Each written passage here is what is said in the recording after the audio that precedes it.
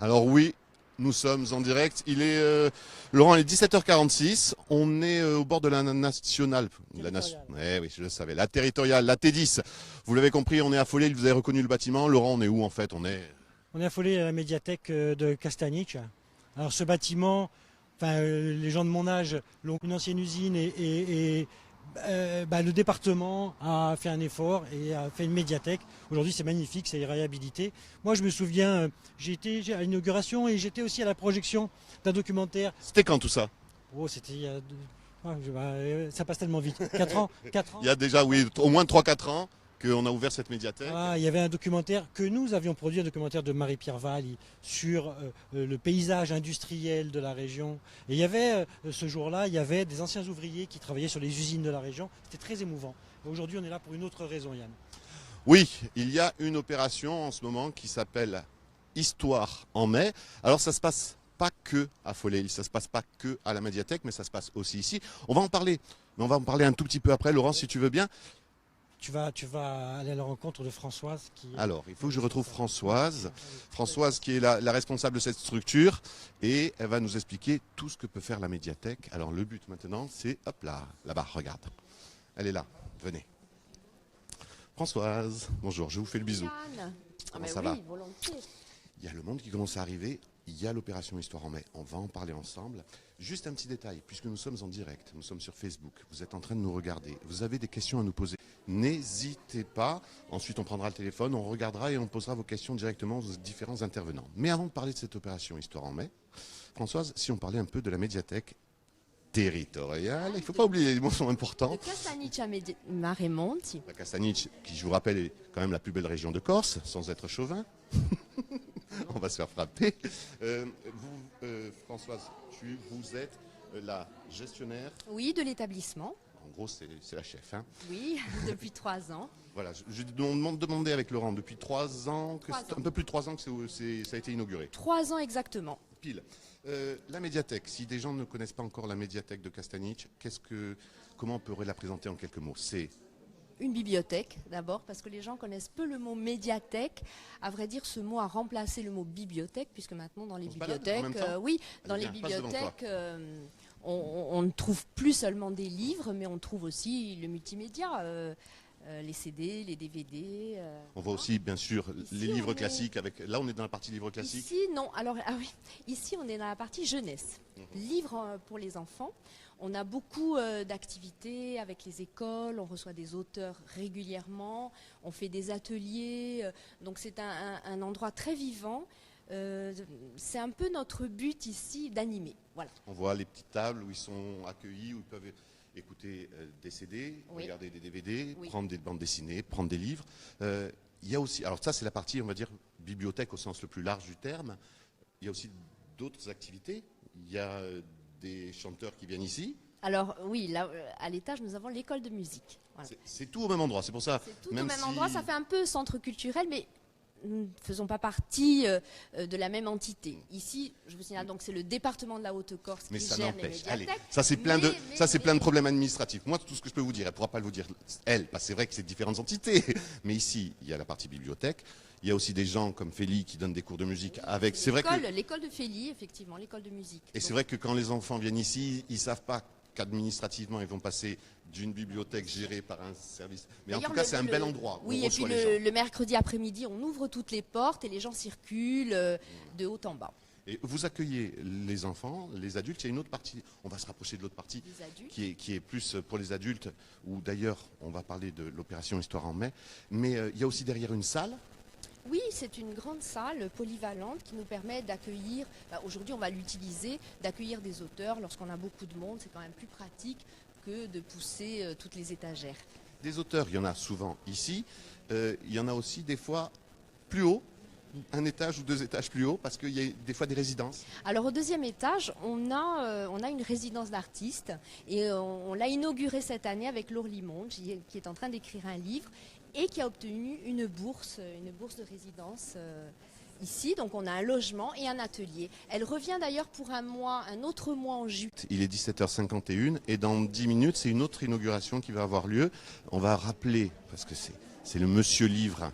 Alors le monsieur qui est sur son téléphone, regardez-le, on va aller le voir. Le monsieur qui est sur son téléphone, qui fait semblant de ne pas nous regarder, c'est Laurent Simon-Paul, mon acolyte de balade en 360, mais qui est aussi un fan de lecture. On en arrive à cette partie-là, Histoire en mai. Je vais te laisser la main et tu vas essayer avec Françoise ou avec Michel peut-être. Je vais voir d'abord Michel, qui va nous expliquer. Michel, je te vole, bonjour, je te vole quelques instants. Tu es l'organisatrice, Michel Corot, donc qui est l'organisatrice. Une des organisatrices, mais qui est extrêmement active sur la ville de Bastia, parce que tu es aussi une des organisatrices du Festival Artema, une des organisatrices du Artema, festival pluridisciplinaire, qui a lieu chaque année, mais on parle beaucoup de cinéma, où on diffuse beaucoup de cinéma aussi. Oui, surtout. Histoire en mai, en quelques mots, qu'est-ce que c'est? Alors c'est un festival d'histoire, de la grande histoire, et aussi des histoires qu'on raconte dans les romans, et surtout dans les romans historiques.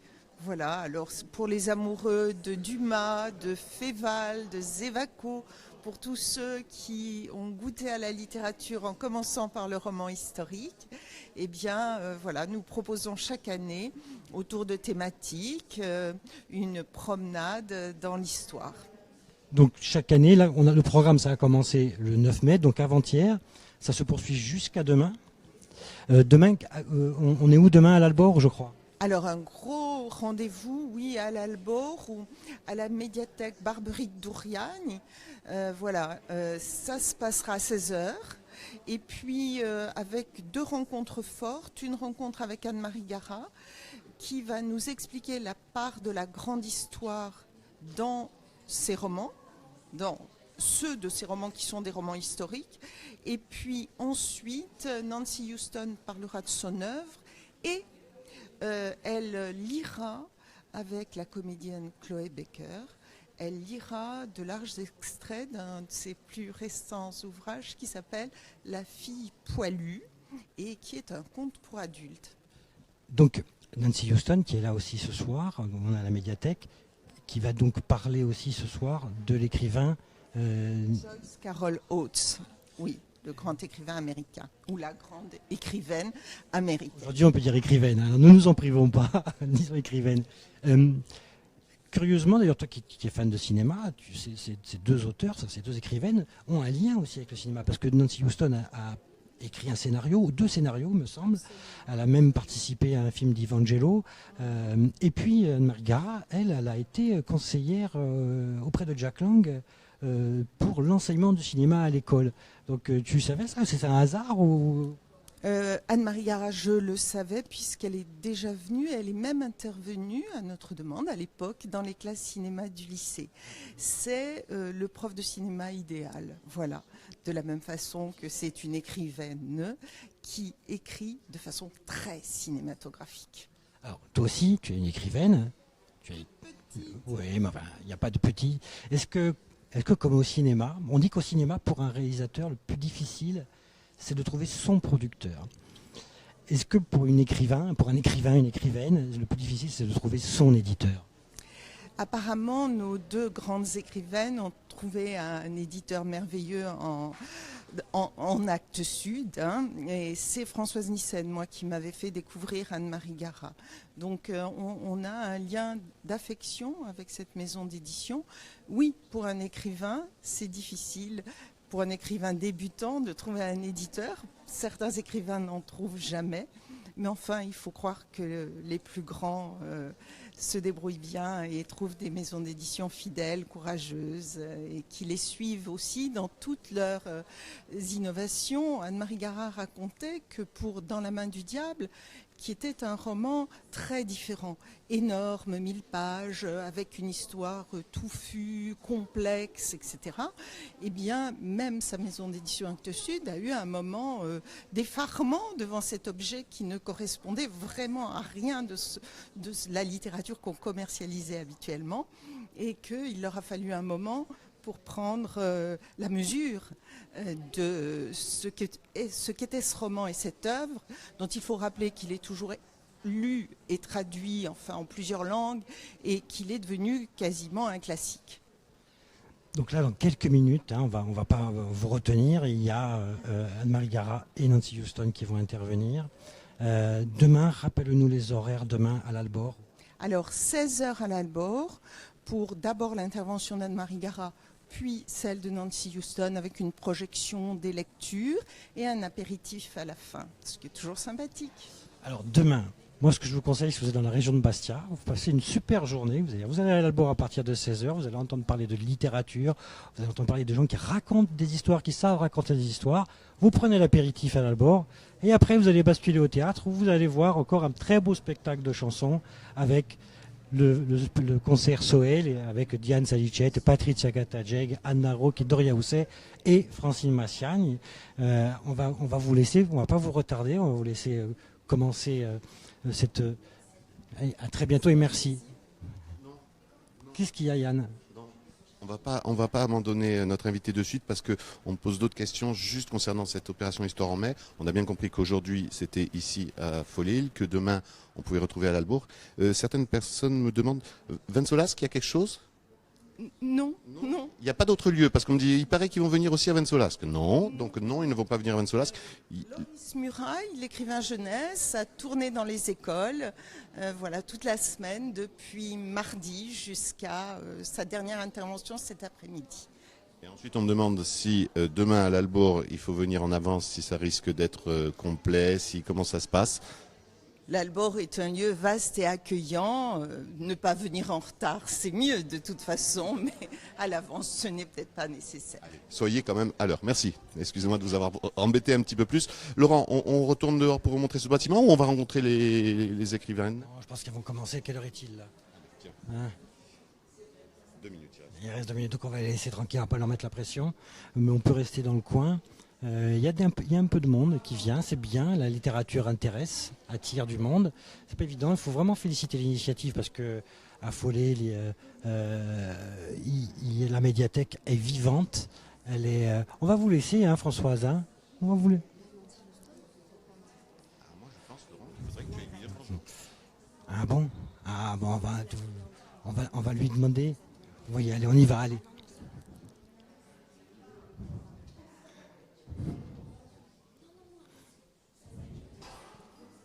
Je ne sais pas où elle est, Nancy.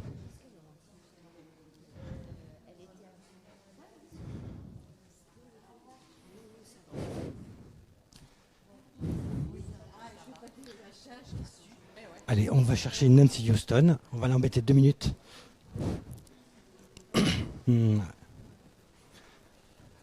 Ah, elle n'est pas par là. Ah, c'est du direct, hein, les amis. Hein, Yann, hein. On va quand même saluer Bénédicte Giusti.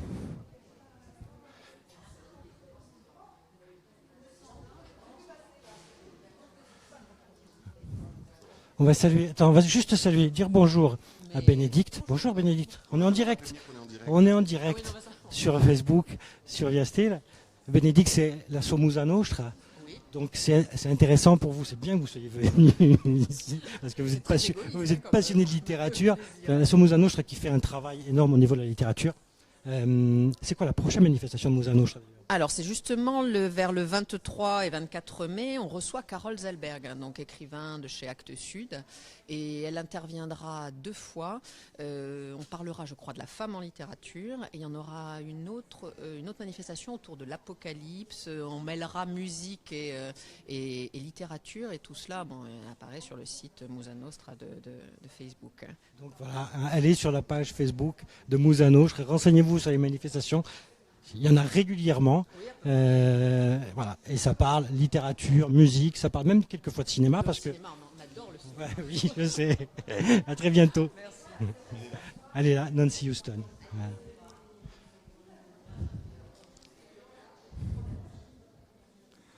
Bonjour Nancy.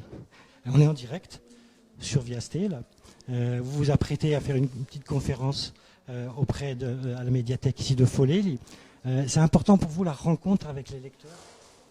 Oh, ça dépend. Il y en a qui sont importantes et d'autres moins. On ne peut pas prévoir à l'avance. Alors, je posais la question tout à l'heure à Michel Corotti. Vous avez travaillé aussi pour le cinéma. Vous avez écrit 2 scénarios.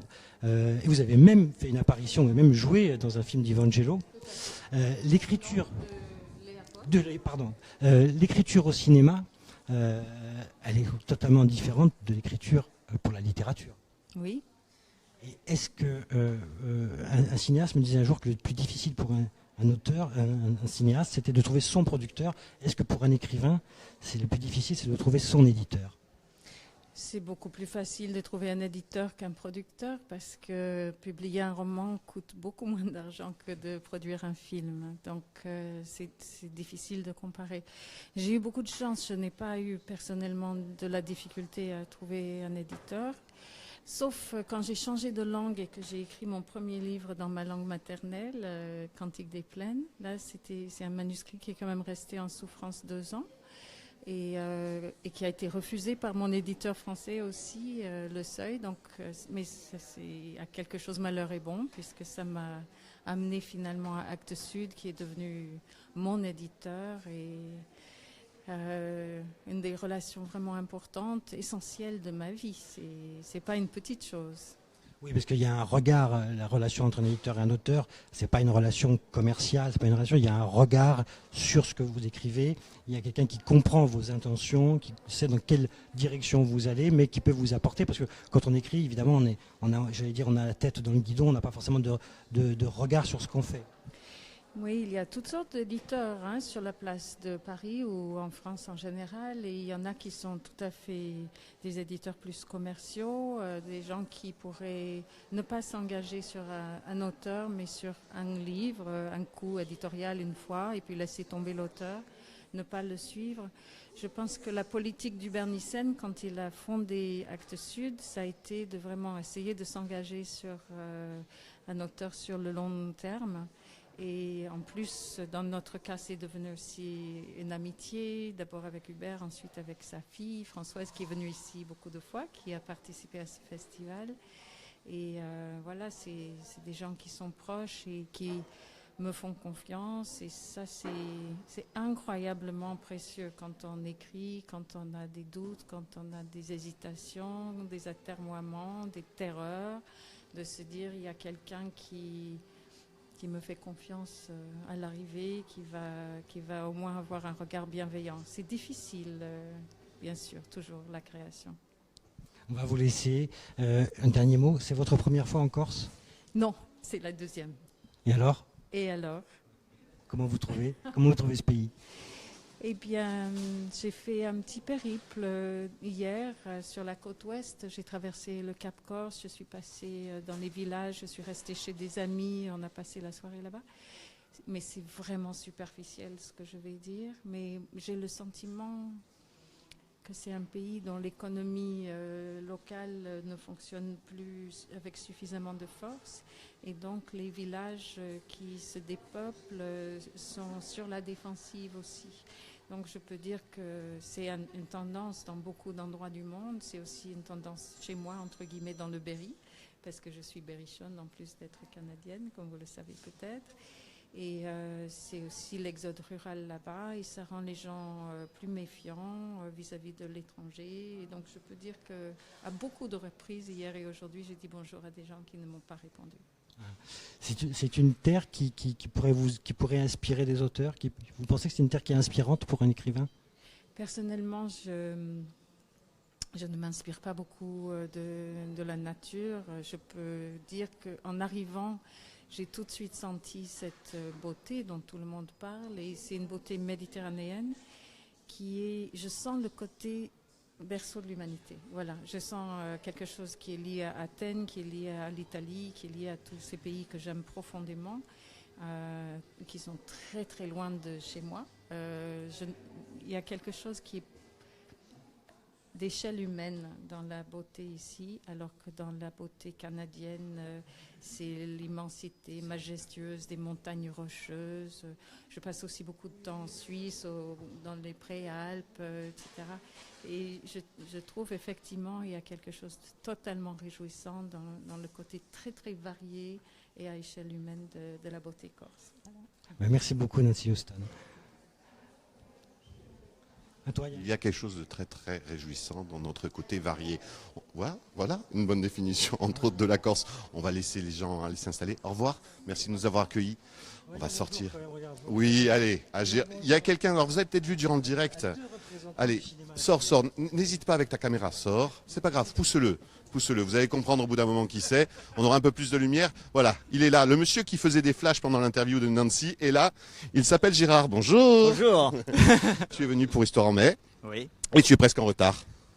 Je sais pas. Non, 18h, si, 18h et 18h06. 18h. Ouais, voilà, allez, au travail. Un mot à demander Ah, pardon.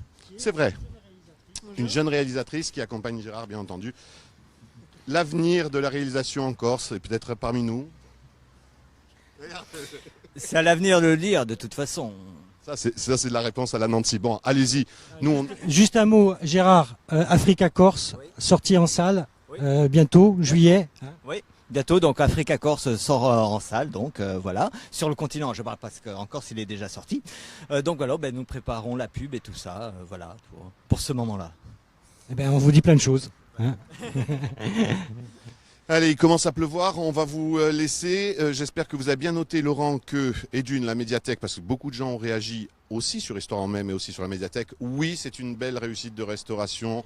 Oui, ils ont réussi à sauver ce bâtiment. Et oui, ça fait plaisir quand il y a une réussite comme ça, avec une volonté, que ce soit des différents intervenants et des différents politiques. Oui, vous avez réagi, c'est une réussite. Oui, vous pouvez venir ici aujourd'hui pour Histoire en mai. Et sinon, comme le disait tout à l'heure Laurent, demain, votre programme est déjà fait. C'est-à-dire, on va d'abord à Histoire... Histoire en mai à l'Albor à partir de 16h. Il y a quand même deux grandes écrivaines, Nancy Houston qu'on vient d'interviewer, grande écrivaine, plein de prix. Et que tu as failli interviewer en anglais, mais au dernier moment, Non, mais j'hésitais un peu, mais voilà, comme elle maîtrisait très bien le français, j'ai préféré Anne-Marie Gara. Et puis après, évidemment, après l'Albor, l'apéro à l'Albor, c'est sympa. Direction le théâtre à Bastia pour Soel, avec nos 5 charmantes chanteuses, Anna Roque, Patricia Katajeg, Francine Massiane, Doria Housset et Diane Salicet. Un spectacle plein de surprises. Que vous retrouverez aussi à Ajaccio le 16 si vous avez loupé le 13 à Bastia. À bientôt en live sur Facebook. Allez, on vous laisse rentrer et nous on vous abandonne ici. Ciao.